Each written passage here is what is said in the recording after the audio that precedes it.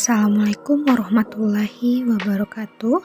Perkenalkan, nama saya Yulita Asmara Dewi, NIM 1953-1204 dari Prodi Pendidikan Agama Islam Lokal 6G. Dosen pengampu Ibu Dr. Eka Yanwarti, MPDI. Materi tentang sejarah perkembangan hadis. Hadis menurut bahasa berarti suatu yang baru atau al-jadid. Bisa berarti juga berita atau al-khobar.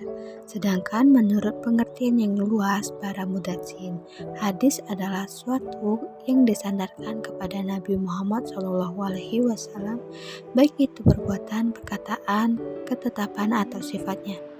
Sejarah singkatnya, perkembangan hadis bisa dibagi menjadi 4, yaitu hadis pada masa Rasulullah SAW, hadis pada masa sahabat, hadis pada masa tabi'in, dan hadis pada masa kodifikasi atau tadwin. Baik, kita masuk ke poin yang pertama, yaitu hadis pada masa Rasulullah SAW. Dalam mengemban amanah dakwah dari Allah Subhanahu wa Ta'ala, Rasulullah SAW adalah suri tauladan yang sempurna bagi manusia. Beliau bersifat maksum, artinya terjaga dari segala kesalahan.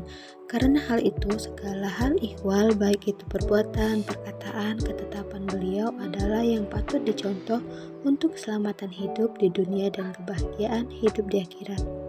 Namun, pada masa ini penulisan hadis dilarang karena para sahabat lebih difokuskan untuk mencatat dan menghafal Al-Quran. Dikhawatirkan jika diperbolehkan terjadinya percampuran antara Al-Quran dan hadis. Kita lanjut yang kedua, yaitu hadis pada masa sahabat. Periode perkembangan hadis pada masa sahabat dikenal dengan at-tasabut wa iqlal minar riwayah, atau periode membatasi hadis dan menyedikitkan riwayat. Hal ini dilakukan karena para sahabat ingin meneruskan perjuangan Nabi dalam menyebarkan Al-Quran, sehingga para sahabat lebih berkonsentrasi pada Al-Quran. Selain itu, para sahabat tidak ingin terjadi kekeliruan dalam periwayatan hadis dan disalahgunakan oleh orang-orang munafik dengan mengatasnamakan Rasulullah SAW. Salah satu bentuk kehati-hatian para sahabat ditunjukkan oleh Khalifah Abu Bakar As-Siddiq. Dalam sebuah keterangan, beliau sempat membakar catatan-catatan hadisnya karena khawatir terjadinya kekeliruan dan penyalahgunaan.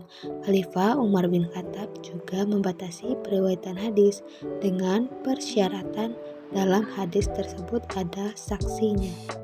Khalifah Utsman bin Affan dalam khutbahnya juga menyerukan agar para sahabat tidak banyak meriwayatkan hadis yang belum pernah mereka dengar pada masa Abu Bakar dan Umar. Selain itu, Khalifah Ali bin Abi Thalib juga menunjukkan sikap kehati-hatiannya dengan tidak mau menerima hadis kecuali riwayat tersebut bersumpah. Kita masuk yang ketiga, yaitu hadis pada masa tabi'in. Periode perkembangan hadis pada masa tabi'in dikenal dengan asr intisyar ar-riwayah, yakni masa di mana hadis tidak hanya berkembang dan terpusat di Madinah, tetapi sudah diriwayatkan berbagai daerah dengan tokoh-tokoh sahabat.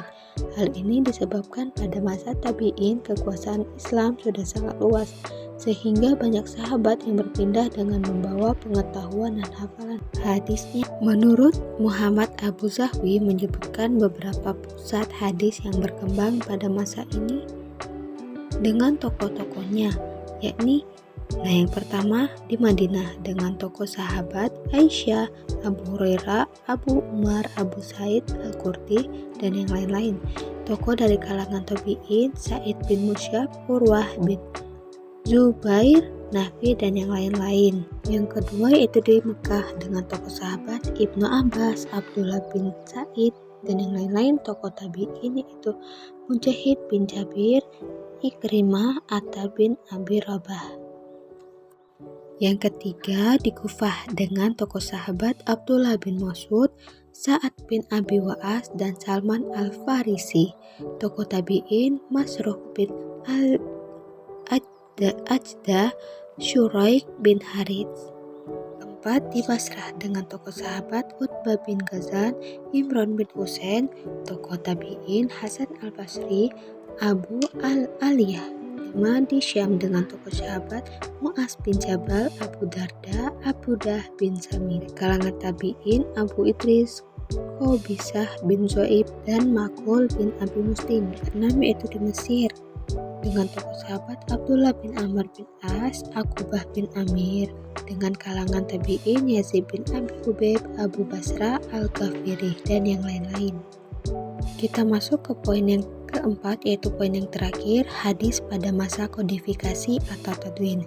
Yang dimaksudkan periode kodifikasi hadis di sini adalah kodifikasi atau pembukuan yang secara resmi pada masa Khalifah Umar bin Abdul Aziz penghujung abad ke-1 Hijriah. Beliau menginstruksikan pada seluruh ulama untuk menghimpun hadis-hadis Nabi Shallallahu Alaihi Wasallam.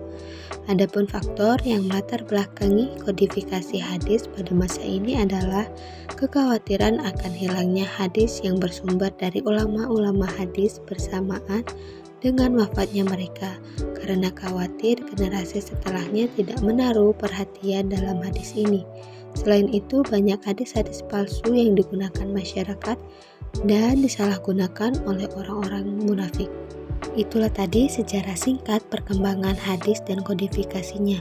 Semoga bermanfaat. Terima kasih. Wassalamualaikum warahmatullahi wabarakatuh.